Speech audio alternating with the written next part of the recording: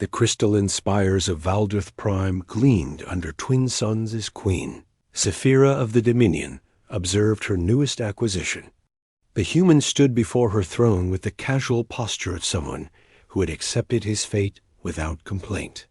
She had purchased him from a border market where humans were sold as curiosities, diplomatic tokens, or occasionally as consorts to those who found their peculiar biology interesting.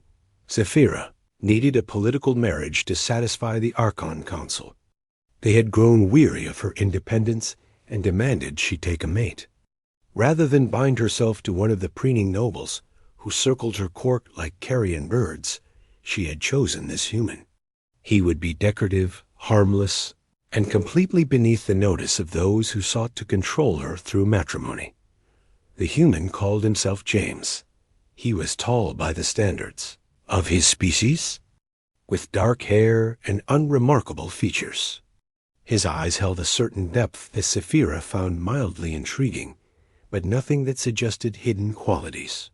He spoke the common tongue adequately and had agreed to the arrangement without negotiation.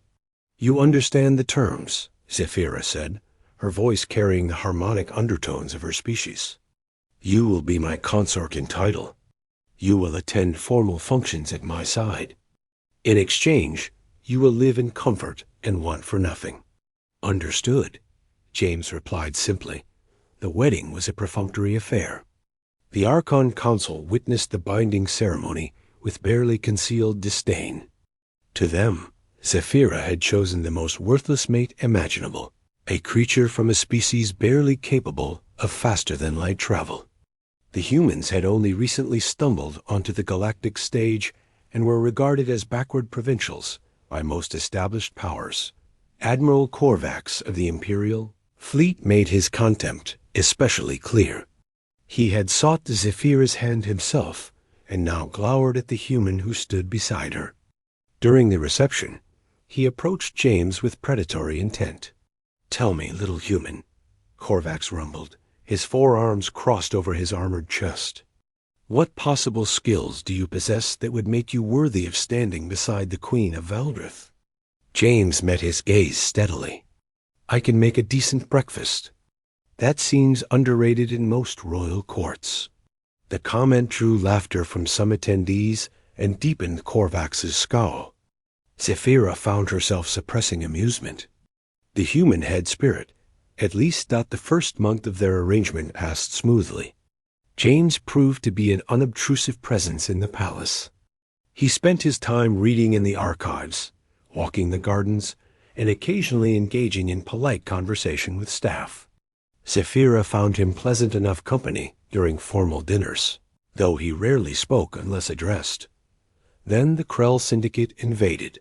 The attack came without warning. Krell warships materialized above Valdrith Prime in numbers that blotted out the stars. Their ultimatum was simple: surrender the throne or watch the planet burn. The Krell had been expanding aggressively for years, and Saphira's dominion was merely the latest target in their conquest. Admiral Korvax mobilized the defense fleet, but the situation was dire. The Krell outnumbered them 3-1, and their weapons technology had somehow leaped forward dramatically. Saphira's ships were OUTMATCHE in the war room. Korvax slammed his fist against the tactical display. "We need reinforcements. I've sent messages to our allies, but they won't arrive in time." Saphira stood with her hands clasped behind her back, every inch the regal commander. "Then we fight with what we have. Valdrith will not surrender." "Your Majesty," one of her advisors whispered urgently, "perhaps we should consider evacuation. Your life is too valuable to risk." "I will not abandon my people." James had been standing quietly in the corner throughout the discussion. Now he stepped forward. There might be another option. All eyes turned to him. Korvax sneered. "The human speaks. Tell us, pet, what strategic wisdom can you offer?" James ignored the barb. "Let me contact Earth. We can have ships here in 6 hours." The war room erupted in scoffing laughter. Even Zephyra raised one elegant eyebrow. James, humanity possesses perhaps 24 military vessels capable of system defense. The Krell would destroy them in minutes. You're operating on outdated information, James said calmly. Way outdated. Korvax strode toward him. You dare waste our time with fantasies? Guards, remove this creature. Wait, Zephyra raised a hand. Something in James's demeanor had shifted. The casual, unassuming consort was gone, replaced by someone who radiated quiet authority. Explain yourself, husband. James pulled a small device from his pocket, something Zephyra had assumed was a simple communication tool. He activated it, and holographic displays sprang to life around the room. The assembled commanders gasped. Humanity didn't stumble onto the galactic stage, James said, manipulating the holograms with practiced ease. We chose when to reveal ourselves. While you were all fighting over territories and resources, we were building, learning, advancing. The displays showed fleet compositions that dwarfed anything in Zephyra's arsenal. Ships that incorporated technologies the Dominion had only theorized about. Weapons platforms that could crack moons. Defensive networks spanning hundreds of systems. This is deception, Korvax hissed. Clever forgeries. The Krell thought so too, James replied. 6 months ago, they raided what they thought was a minor human colony. We erased their task force from existence in 40 seconds. The Syndicate has kept that quiet because the embarrassment would be catastrophic. He turned to face Zephyra directly. Your Majesty, I wasn't purchased from that market by chance. Human intelligence identified you as someone worth protecting. The Dominion treats its people well, doesn't engage in slavery like most powers, and you've refused multiple offers to join aggressive alliances. Those are traits we value. Zephyra felt the ground shifting beneath her understanding of reality. You're a spy. Intelligence officer, James corrected gently. And your genuine husband, legally speaking. The marriage certificate is real. But yes, I'm also here to ensure Valdrith doesn't fall to expansionist powers like the Krell. He gestured to the holodisplays. Earth has a vested interest in maintaining independent systems.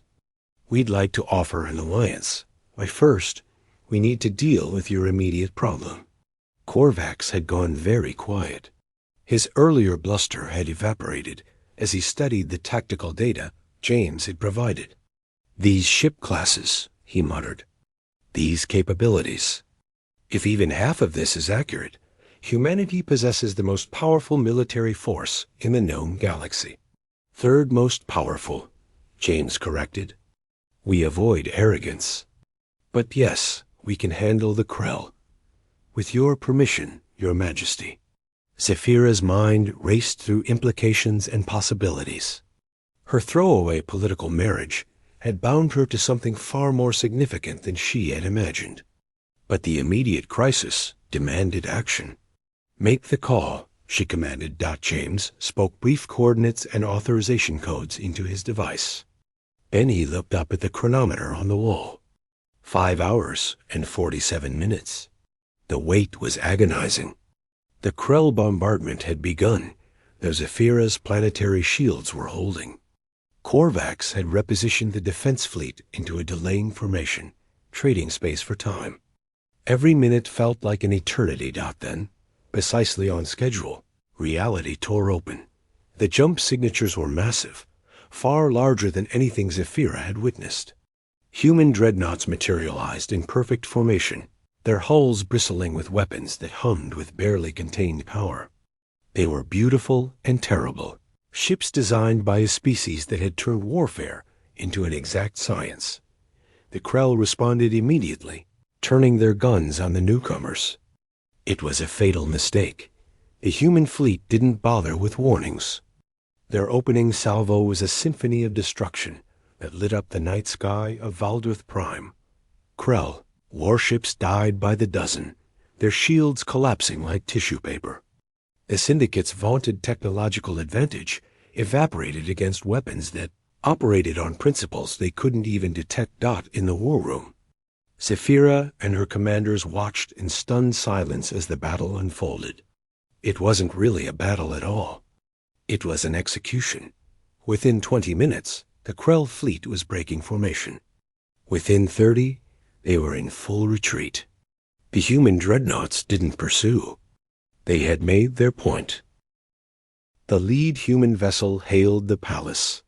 The face that appeared on the screen was that of a woman with steel-gray hair and the insignia of an admiral. "Your Majesty," she said formally. "Admiral Reeves of the Terran Defense Fleet.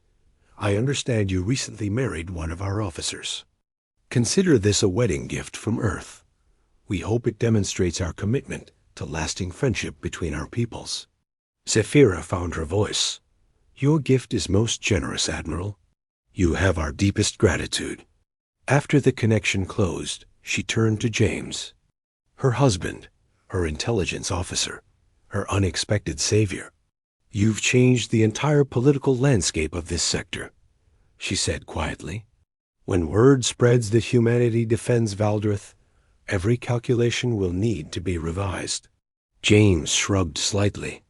"That's the idea. We're tired of watching decent societies get consumed by predatory empires. Better to back the good ones and let everyone know we're serious about it." Korvax approached, his earlier hostility replaced by grudging respect. "I underestimated you severely, human. I apologize." "Forgotten already," James replied. "You were trying to protect your queen. I respect that." In the weeks that followed, the Dominion and Earth formalized their alliance.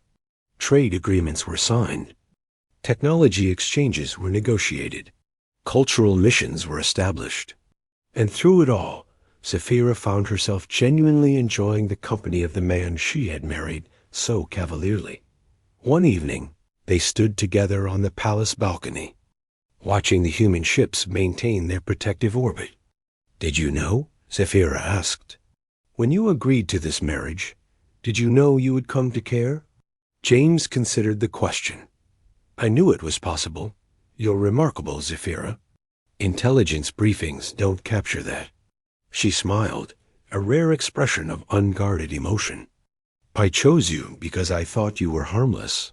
"I am," James replied with gentle humor. "Right up until someone threatens what I care about. Then things get complicated." Saphira leaned against him slightly, a gesture of trust that would have shocked her court. "I suppose I should be grateful you care about Valdrith." "I care about its queen," James corrected softly. "The rest follows from that." Below them, the city celebrated their deliverance. Above them, human warships stood guard. And between them, something unexpected had grown from a marriage of convenience into something genuine. The galaxy would adjust to humanity's revealed strength. Treaties would be renegotiated. Power structures would shift. But in that moment, on that balcony, a queen and her surprisingly formidable husband simply enjoyed the peace they had secured together.